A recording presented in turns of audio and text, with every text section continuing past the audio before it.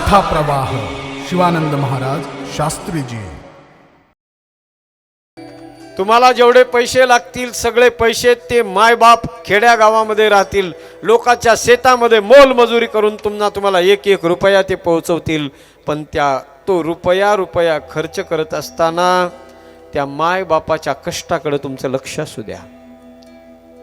तुम्ही नाही क्लास 1 अधिकारी झालात पोरींनो तर नका होऊ हरकत नाही, पण कमीत कमी ज्या बापानं हाडाची काढ रक्ताचं पाणी करून, ज्या बापानं आयुष्यभर झिजून स्वतःचा देह झिजून तुम्हाला एक एक रुपया पुरवलाय, त्या बापाची जी ताडासारखी मान आहे ती ताडासारखी मान कधी शर्मेने खाली झुकली नाही पाहिजे। एवढं जरी पोरींनी केलं तरी मी म्हणेल सज्जन हो, त्या पोरीने कमाई केली। मुलांनी सुद्धा रस्त्यानं चालत असताना छत्रपती शिवाजी महाराज, माझ्या धर्मवीर संभाजी महाराजांची शिकवण, हा महाराष्ट्र छत्रपती शिवरायांचा, हा महाराष्ट्र धर्मवीर संभाजी महाराजांचा आहे। ज्या छत्रपती शिवरायांनी सुभेदाराची सून बा इज्जत घरी नेऊन घातली साडी चोळी करून, त्या छत्रपती शिवरायांचा महाराष्ट्र आहे। ही भावना पोरांनी कायमस्वरूपी अंतःकरणात ठेवा सज्जन हो। शिक्षणाच्या नावाखाली बरेचसे असे काही घटना दिसतात सज्जन हो। रस्त्याने चालता चालता सिगारेट ओढत मित्र असतात, 4-2 मित्र सोबत असतात, 2-3 मुली सोबत असतात, आणि रस्त्याने चालताना जवान पोरी संगच सिगारेट ओढत रस्त्याने चालतात, शहरामध्ये दिसतात। त्या मुली शहरामधल्या जन्माला आलेल्या नसतात, त्या खेड्यागावातल्याच पोरी असतात। पोरींनो, तुमचे मायबाप ज्या वेळेला तुम्हाला शिक्षणासाठी चांगल्या मोठ्या शहरामध्ये पाठवतात ना, त्यावेळेला घरातून बाहेर जात असताना बापाच्या अंगावर असलेली जी बनियान आहे ना, त्या बनियानला पडलेले जे छिद्र आहेत ना, फाटलेल्या बनियानचे जे छिद्र आहेत ना, त्या छिद्राकडे एकदा बघून जा। बापाच्या पायाचं दर्शन घेण्याच्या आधी बापाच्या अंगातल्या बनियानचं दर्शन घ्या, आणि बापाच्या फाटलेल्या बुटाचं एकदा दर्शन घेऊन जा। आयुष्यात कधी तुम्हाला वाईट पाऊल पडणार नाही तुमचा। मायबाप दिवस रात्र कष्ट करतात, काबाड कष्ट करतात, दिवसाची रात्र रात्रीचा दिवस एक करतात, रात्र पाहत नाहीत, रात्री बेरात्री शेतामध्ये जाऊन शेतात पाणी भरतात।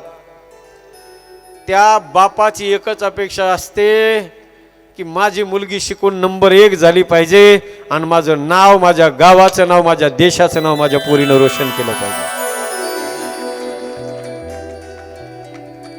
तुम्हाला जेवढे पैसे लागतील सगळे पैसे ते मायबाप खेड्या गावामध्ये राहतील, लोकांच्या शेतामध्ये मोलमजुरी करून तुम्हाला एक एक रुपया ते पोहोचवतील। पण तो रुपया खर्च करत असताना त्या मायबापाच्या कष्टाकडे तुमचं लक्ष असू द्या। तुम्ही नाही क्लास 1 अधिकारी झालात पोरींनो तर नका होऊ हरकत नाही, पण कमीत कमी ज्या बापानं हाडाची काढ रक्ताचं पाणी करून, ज्या बापानं आयुष्यभर झिजून स्वतःचा देह झिजून तुम्हाला एक एक रुपया पुरवलाय, त्या बापाची जी ताडासारखी मान आहे ती ताडासारखी मान कधी शर्मेने खाली झुकली नाही पाहिजे।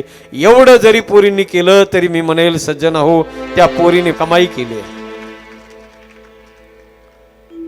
आपल्या बापाला कधी मान खाली घालावी लागेल, सोयऱ्या धायऱ्यांच्या नजरेला नजर भिळवता येणार नाही, असं कधी चुकूनही पाऊल पडू देऊ नका।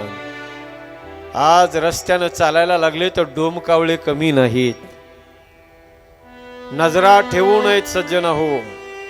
म्हणून आपलं आपण चापून चोपून चला, अंगावर पूर्ण कपडे भरून कपडे अंगावर घाला, जेवढं होईल तेवढं। पाश्चात्य संस्कृतीचं अनुकरण करू नका। हे सांगणं फक्त केवळ माझं मुलींनाच आहे असं नाही, मुलांनी सुद्धा रस्त्यानं चालत असताना छत्रपती शिवाजी महाराज, माझ्या धर्मवीर संभाजी महाराजांची शिकवण, हा महाराष्ट्र छत्रपती शिवरायांचा, हा महाराष्ट्र धर्मवीर संभाजी महाराजांचा आहे। ज्या छत्रपती शिवरायांनी सुभेदाराची सून बा इज्जत घरी नेऊन घातली साडी चोळी करून, त्या छत्रपती शिवरायांचा महाराष्ट्र आहे। ही भावना पोरांनी कायमस्वरूपी अंतःकरणात ठेवा सज्जन हो। ज्या दिवशी रस्त्यानं चालत असताना समोरून एखादी मुलगी आली, त्या मुलीला पाहिल्यानंतर ही माझी बहीण आहे ही भावना ज्या दिवशी तरुण पोराच्या मनात निर्माण होईल ना, तिथून पुढे बलात्काराचे आणि भयानक आपल्या या डोंगराळेसारखे भयंकर दुष्कृत्य कधी होणार नाही सज्जन हो. कथा याच्यासाठीच ऐकायची, कथा याच्यासाठीच ऐकायची आहे. आज डोम कावळे रस्त्यावर बसलेले आहेत, निधर्मी लोक, विधर्मी लोक, दुसऱ्या धर्माचे लोक आपल्या हिंदू धर्माच्या पोरींना जाळ्यामध्ये अडकून त्यांना फूस लावून आमिष दाखवून धर्मांतरण करण्याचा प्रयत्न करतात. लव जिहाद सारख्या भयंकर घटना आपल्याला बघायला भेटतात. म्हणून शाळेमध्ये शिकायला, शिक्षण घेण्यासाठी जर गेलात तर सावधानतेनं चला. मुलींना, बाप लोकांना विनंती, मुलींना शिक्षण थोडंसं कमी द्या, जरा कराट्याचं सुद्धा शिक्षण द्या पोरींना. स्वतःचं रक्षण त्या पोरींनी स्वतः करता आलं पाहिजे, याच्यासाठी त्यांना मजबूत बनवा, शक्तिवान बनवा त्यांना, मुलींना सुद्धा. एका बुक्कीत पोरीनं पोराचे दात पाडले पाहिजे, इतकं मजबूत बनवा. तिला नेबळट बनवू नका, इकडं पाठवायचं नाही, तिकडं पाठवायचं नाही, असं करू नको, तसं करू नको.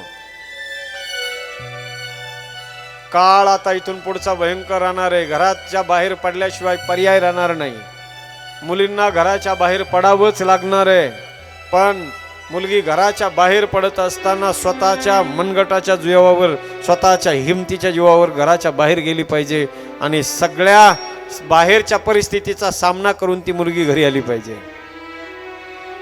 हे गोड संस्कार आज देणं गरजेचं आहे पोरींनो. आज माय बापाची फक्त माझं एवढंच सांगणं आहे तुम्हाला.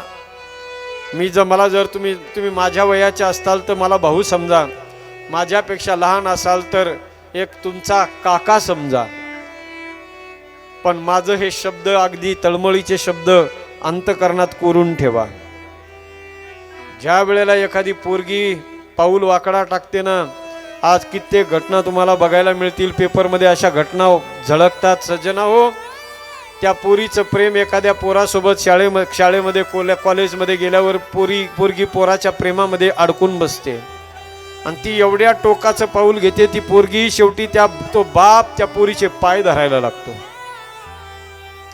तो बाप त्या पोरीला म्हणत असतो, पोरी अगं लेकरा, तळ हातावरच्या फोडासारखं तुला आजपर्यंत सांभाळलाय, तुला जे पाहिजे ते मी द्यायला तयार आहे, तू सांग.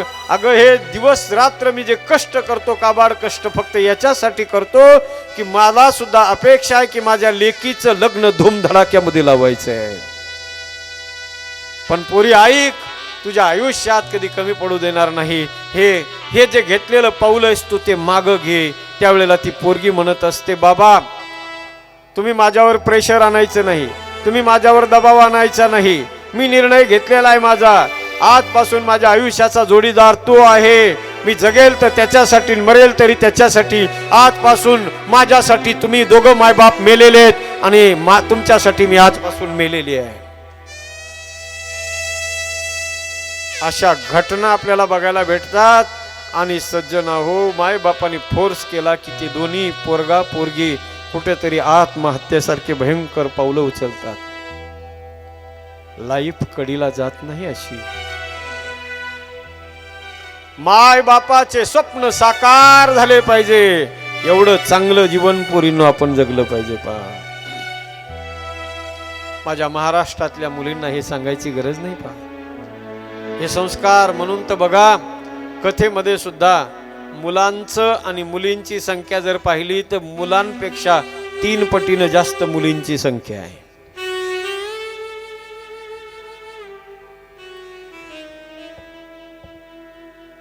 बाप आपला हाडाची काढ रक्ताचं पाणी करतो, याची जाणीव आपल्या प्रत्येक मुलीनं आपल्या मनामध्ये ठेवली पाहिजे. आणि म्हणून सज्जन हो ऐका,